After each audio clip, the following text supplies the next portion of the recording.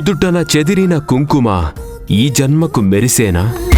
వసంత కోకిలా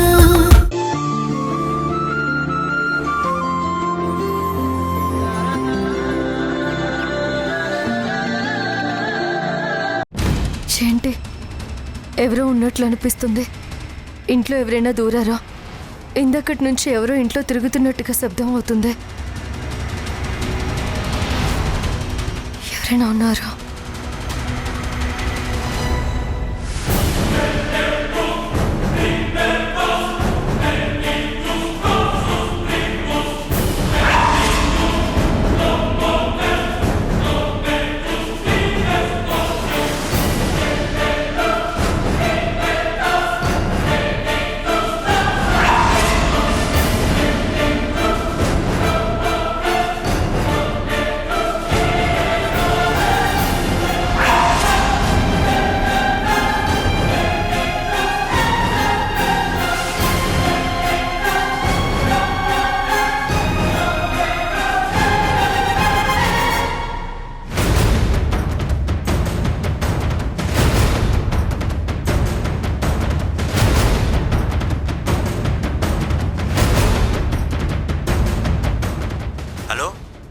hello చెప్పండి. మాట్లాడితే ఒకవేళ బామ్మగారికి చెప్తారేమో. అసలే నా మీద బోలెడన్న అనుమానాలున్నాయి. ఇప్పుడు తన ఫోన్ నేను మాట్లాడానని తెలిస్తే ఏ సమస్యకి దారితీస్తుందో ఏంటో.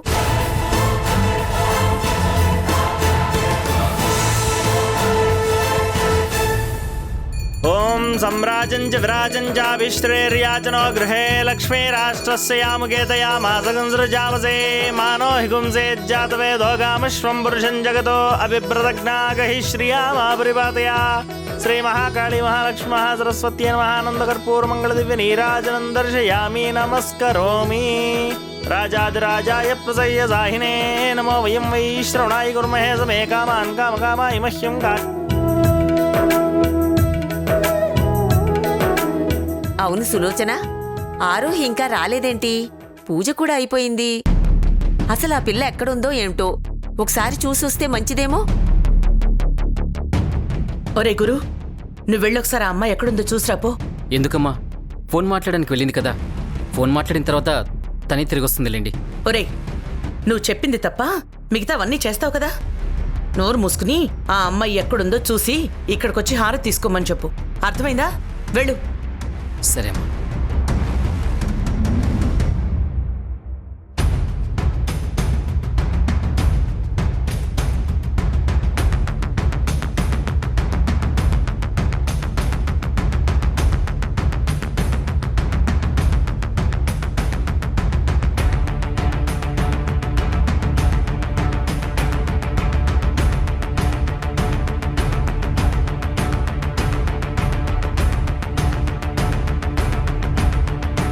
అసలు ఈవిడ పూజ కోసం వచ్చిందా లేక ఇక్కడ పెత్తనాలు చేయడానికి వచ్చిందా? వచ్చిన వచ్చి ఒక చోట కూర్చోవాలి కానీ ఇలా ఎక్కడ పడితే అలా తిరగడం ఏంటి? ఈవిడ కోసం నేను వెతకడం ఏంటి? ఛా!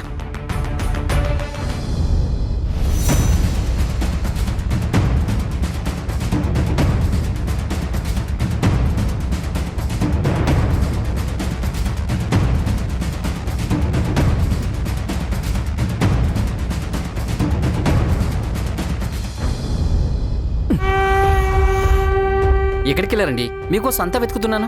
ఏ నాతో నీకేం పని? మీతో నాకేం పని లేదండి. పనంతా అదిగో ఆవిడ ఉన్నారు కదా, కాంతం గారు, ఆవిడికి మా అమ్మగారికి అక్కడ పూజ అయిపోతుందంట. వచ్చి హారతి తీసుకోమంటున్నారు. పదండి. సరే. అవునండి, నాకు తెలియక అడుగుతాను, ఇంతకు మీరు ఎక్కడికి వెళ్ళారు? అదంతా ఇప్పుడు నీకు చెప్పాలా? అది కాదు, మిమ్మల్ని చూస్తుంటే ఎక్కడి నుంచో పరిగెత్తుకుంటూ వచ్చినట్టు ఒళ్ళంతా చెమటలు పట్టున్నారు. అమ్మో, వీడు బాగానే గమనిస్తున్నాడే. పిచ్చోడు అనుకున్నాను, కానీ తెలివి గలవాడే. ఇంత ఆయాసపడుతూ ఇంత చెమటలు పట్టున్నారు అంటే మీరు ఎక్కడి నుంచో పరిగెత్తుకుంటూ వచ్చుంటారు, అవునా? పరిగెత్తుకుంటూ కాదు, ఎగురుకుంటూ వస్తాను. నీకేమైనా అభ్యంతరమా? నాకేం అభ్యంతరం ఉంటుందండి. మీరు ఎగురుకుంటూ కాకపోతే పాక్కుంటూ రండి, నాకెందుకు. అక్కడ అవతల పూజ పూర్తయిపోయి హారతి ఇస్తున్నారు, త్వరగా రమ్మంటున్నారు. పదండి.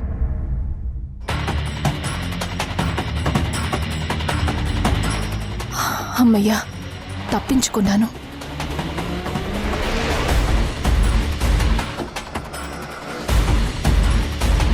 ఎక్కడికి వెళ్ళావు తల్లి? నీకోసమే ఎదురు చూస్తున్నాం. వచ్చి హారతి తీసుకోమ్మా. ఆ, నువ్వు కూడా దండం పెట్టుకుంటేనే మనకంతా మంచి జరుగుతుంది. నువ్వు కూడా ఇంట్లో మనిషివే కదా. పంతులు గారు, హారతి తీసుకురండి.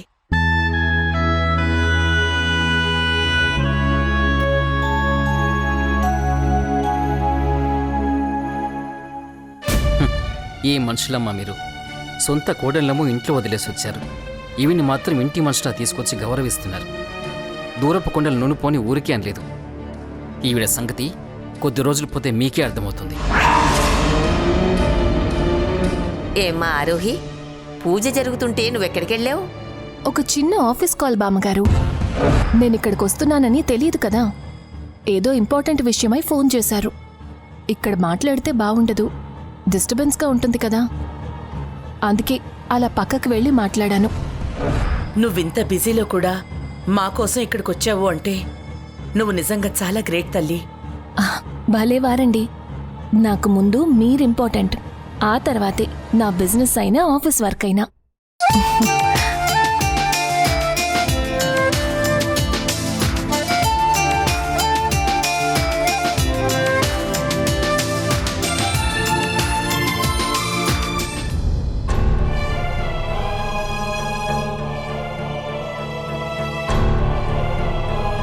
నందు, ప్రసాదం తీసుకో. తీసుకో నందు.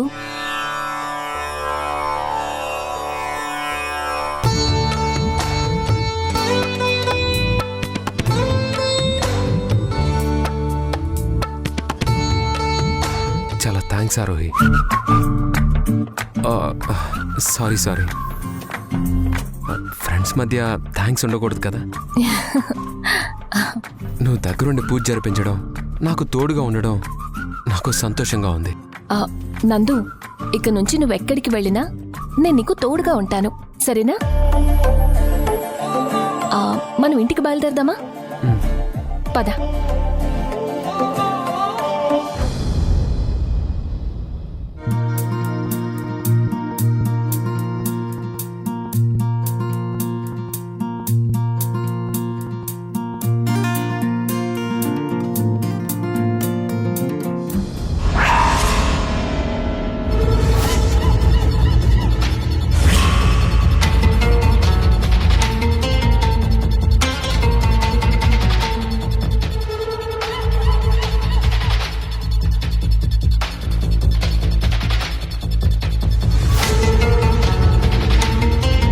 ఇదేంటి? ఈ పట్టి ఏంటి ఇక్కడుంది? నిత్య దగ్గర కానీ, నా దగ్గర అత్తయ్య దగ్గర కానీ ఇలాంటి పట్టీయే లేదే. ఈ కొత్త పట్టి ఎక్కడి నుంచి వచ్చింది?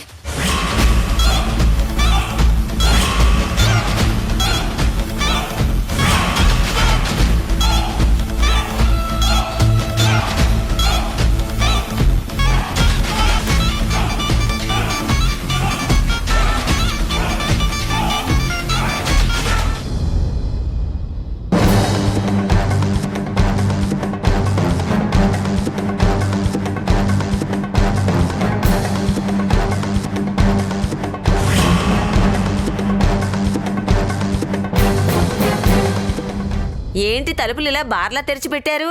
ఈవిడి గారు ఎక్కడికి పోయిందో ఏంటో. ఇంకా నయ్యం, ఇంట్లో ఎవరైనా మనుషులు దూరి దోచుకుపోయారు కాదు. ఏ మనుషులో ఏంటో, కొంచెం కూడా బాధ్యత లేదు. అమ్మా, నేను గదిలోకి వెళ్ళి కాసేపు రెస్ట్ తీసుకుంటాను. బాగా టైర్డ్ అయిపోయాను. నందు, ఒకేసారి భోంచేసి వెళ్ళరా. నాకు ఆకలిగా లేదమ్మా. అదేమిట్రా, పొద్దుట్నుంచి ఏమీ తినలేదు. ఏమీ తినకుండానే అక్కడికి వెళ్ళి పూజలు చేయించావు. మళ్ళీ ఆకలి లేదంటావేంటి? మీ అమ్మ తెచ్చి పెడుతుంది, చక్కగా తినేసి ఒకేసారి రెస్ట్ తీసుకో. అదేంటి బామ్మ, పూజలు చేస్తే జాతకాలు మారిపోతాయి, అంత మంచి జరుగుతుంది, తెల్లవారేసరికి మెరకల్స్ జరుగుతాయన్నావు కదా. మరి అలాంటప్పుడు ఆ దేవుడి పూజ చేసినందుకు భోజనం చేయకుండానే ఆకలి తీరేలాగా చేయడా? నందు, ఈ వెటకారం మాటలే వద్దు అనేది. దేవుడి విషయంలో అంత ఎగతాళిగా మాట్లాడకూడదు, తప్పు. నీ మాట కాదనలేక తప్పదు అని వచ్చి ఆ పూజలు అవి చేశాను. కానీ నాకైతే ఇలాంటి వాటి మీద నమ్మకం లేదు. సులోచన, వాడు అలాగే అంటాడు గాని ముందు పోయి భోజనం సంగతి చూడు. సరే, ఇప్పుడే వస్తానుండు. నందు, నేను చెప్తున్నాను కదా, రేపటి నుంచి నీకంత మంచి జరుగుతుంది చూడు. దేవుడి విషయంలో మనం ఏం చేసినా నమ్మకంతో చెయ్యాలి.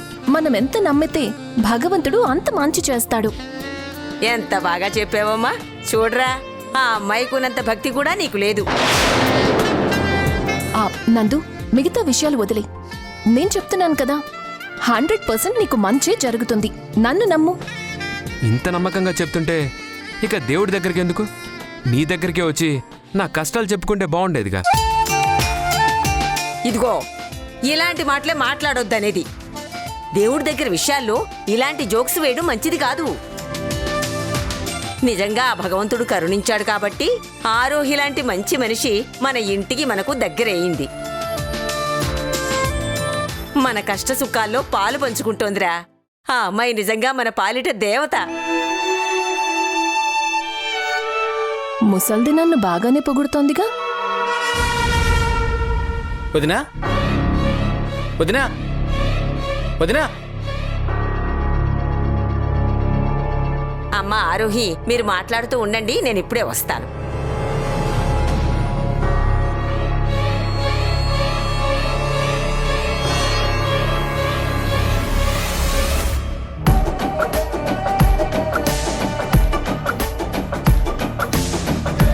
ఐఎమ్ సో సారీ నందు. నిన్ను ఇంత బాధ పెట్టడం నాకు కూడా ఇష్టం లేదు. కానీ ఏం చేయను, నాకు వేరే దారి లేదు. నువ్వు అనవసరంగా మేఘనని పెళ్లి చేసుకుని తనకి భర్తవైపోయావు. తనని బాధ పెట్టాలి అంటే తనతో పాటు నువ్వు కూడా బాధపడాలి. చాలా మంచివాడివి నువ్వు, నాకు తెలుసు. కానీ మేఘనని పెళ్లి చేసుకోవడం వల్ల నీకు కూడా కష్టాలు తప్పవు. I'm really sorry. ఇక నేనేం చెయ్యలేను.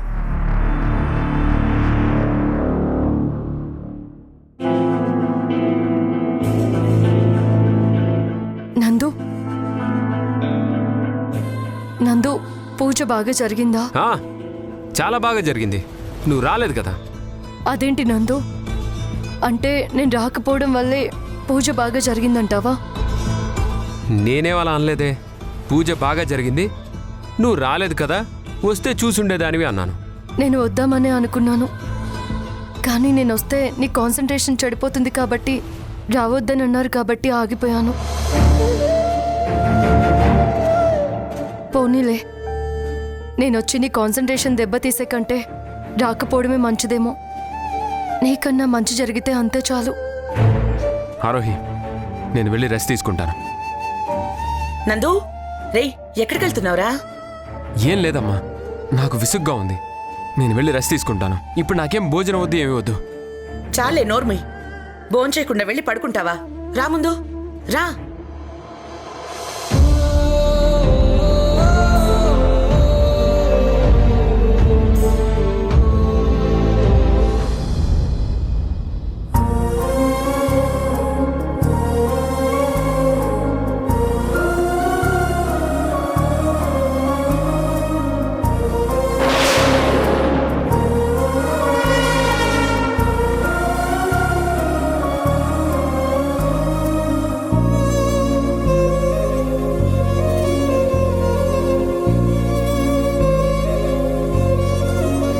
తిను, చెప్తున్నాను కదరా, తిను. ముందన్నం కలుపు.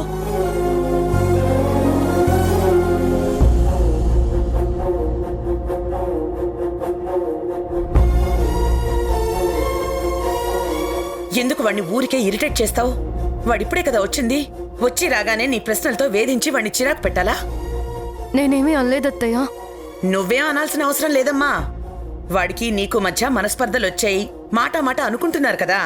ఇలాంటి పరిస్థితుల్లో వాణ్ణి కదిలించడం దేనికి?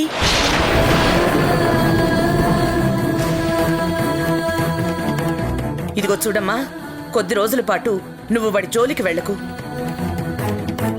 అసలు నువ్వు నీ గది దాటి బయటికి రాకు. ఇంటి పనులు, వంట పనులు ఏమైనా ఉంటే పని మనుషులు చూసుకుంటారు, నేను చూసుకుంటాను. అంతేగాని నువ్వు వేట్లోనూ కల్పించుకోకు.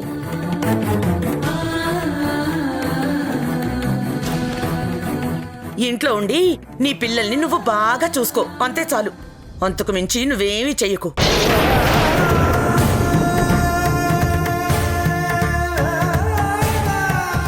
అయ్యో అయ్యో అయ్యో అయ్యో, నా గదిలో పెట్టిన డబ్బులు మాయమైపోయినాయి. ఎవరో కాజేశారు. ఏంటత్తయ్యా ఏమంటున్నారు? అదేనే, నేను ఇందాక గుడికి వచ్చే ముందు 20,000 రూపాయలు నా పరుపు కింద పెట్టొచ్చాను. నేను ఇప్పుడు వచ్చి చూస్తే 5,000 ఉన్నాయి. మిగతా 15,000 కనిపించడం లేదు. ఏమైపోయినట్టు?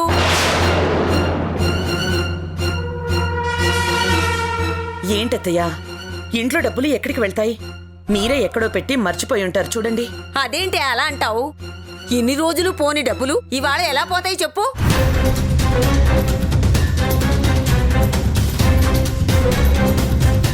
ఇంతకు ముందు ఎక్కడ పెట్టేదాన్నో ఇవాళ కూడా అక్కడే పెట్టాను. ఇందాక గుళ్ళో ఆరోహి ఖర్చుల కోసం డబ్బులు ఇచ్చింది.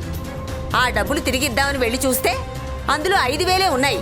మిగతా డబ్బులు ఏమైపోయినట్టు?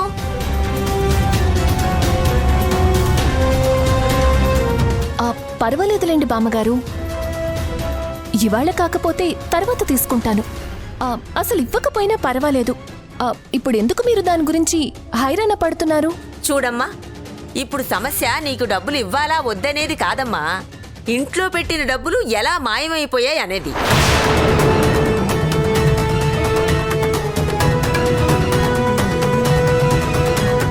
ఇంట్లోకి ఎవరైనా పరాయి వాళ్ళు వచ్చారా? ఇంట్లో ఉన్నవాళ్లే కదా తీసుకొని ఉండాలి.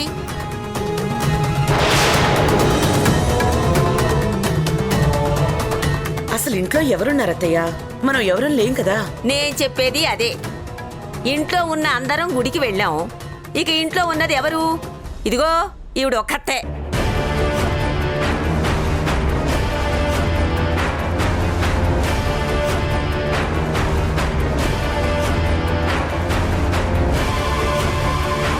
అంటే ఏంటి బామ్మగారు? నేను డబ్బులు తీసానన్నా? తీసావో లేదో మాకెందుకమ్మా, ఇంట్లో ఉన్నావు, రెస్పాన్సిబిలిటీ నీదే కదా. ఇంట్లో ఉన్న డబ్బులు ఏమైపోతాయి? ఏమో బామ్మగారు, నేను నిజంగా మీ గదిలో కూడా వెళ్ళలేదు. బామ్మ, పోతే పోయాయి. ఆ డబ్బులేమో నేను ఇస్తాను కదా, సైలెంట్గా ఉండు. నువ్వు నోరు మీరా? నువ్వు నాకు డబ్బులు ఇచ్చేదేంట్రా? ఏ నాకు గతి లేక డబ్బుల కోసం వెంపర్లాడుతున్నానా? నువ్వేమీ డబ్బులు ఇవ్వాల్సిన పని లేదు. ఇంట్లో ఉన్న డబ్బులు ఎలా మాయమైపోతాయి అది తెలుసుకోవాలా వద్దా? అసలు తప్పంతా నాది. నందు దగ్గర ఉన్న చెక్కును కాజేసి వాడి సంతకమే ఫోర్జరీ చేసిన దానివి. ఇది తెలిసి కూడా నేను డబ్బులు ఇంట్లో పెట్టిపోవడం నా అదే బుద్ధి తక్కువ.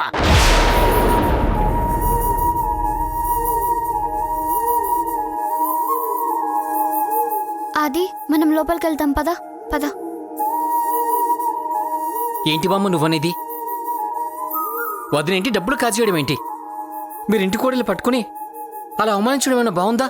నువ్వు నోర్మి.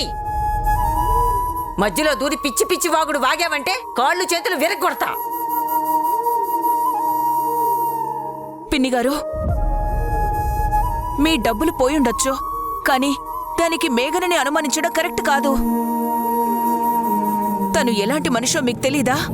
ఈ రోజేదో కొంచెం మనస్పర్ధలు వచ్చాయని ఏకంగా దొంగతనం అంటగట్టడం ఎంతవరకు న్యాయమండి? నీకేమమ్మా, ఎన్నైనా మాట్లాడతావు. నీకు డబ్బులు విలువ ఏం తెలుస్తుంది? ఇంట్లో అన్ని ఫ్రీగా జరిగిపోతున్నాయి కదా. నీకర్థం కాదు నా బాధ.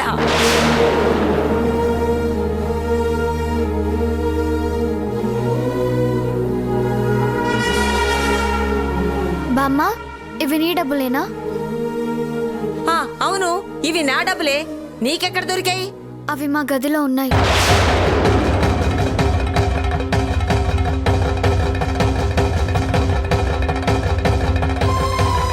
ఇప్పుడేమంటావు? నా గదిలో ఉండాల్సిన డబ్బులు రెక్కలు కట్టుకొని నీ గదిలోకి వచ్చేసాయా?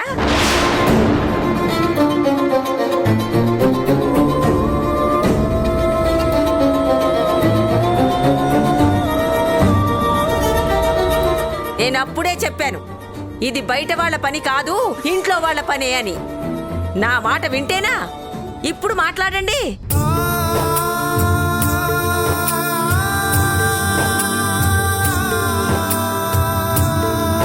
ఏమ్మా సౌందర్య, మరి దీన్ని ఏమంటారమ్మా?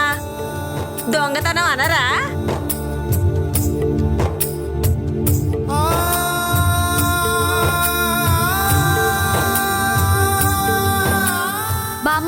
అనవసరంగా మా అమ్మని దొంగని చెయ్యొద్దు. మా అమ్మ దొంగతనం చెయ్యదు. మరి ఈ డబ్బులు మీ దగ్గరికి ఎలా వచ్చాయి? ఏమో మా అమ్మ మీద కోపంతోని ఎవరైనా తీసుకొచ్చి ఆ గదిలో పెట్టారేమో, ఎవరికి తెలుసు.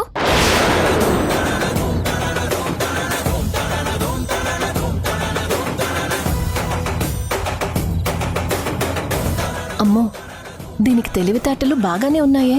ఆ డబ్బుల కట్టని దాని గదిలో పెట్టిన విషయం భలే కనిపెట్టేసింది. ఇంకా నయం, నేనే దాచిపెట్టానని కనిపెట్టలేదు. పర్వాలేదు, దొరికిపోయిన తర్వాత ఎలా తప్పించుకోవాలో పిల్లలకి బాగానే నేర్పించినట్టున్నావు. మా అమ్మని ఏమనొద్దు బామ్మ. మా అమ్మ చాలా మంచిది. అనవసరంగా మా అమ్మని తిడితే నేను ఊరుకోను.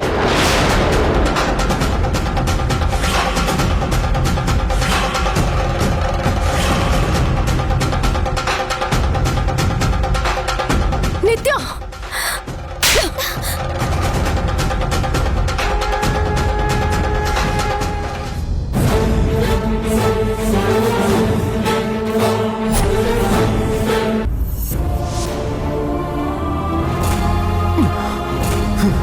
వెళ్ళండి. నా నుంచి, నా జీవితం నుంచి శాశ్వతంగా దూరంగా వెళ్ళిపో.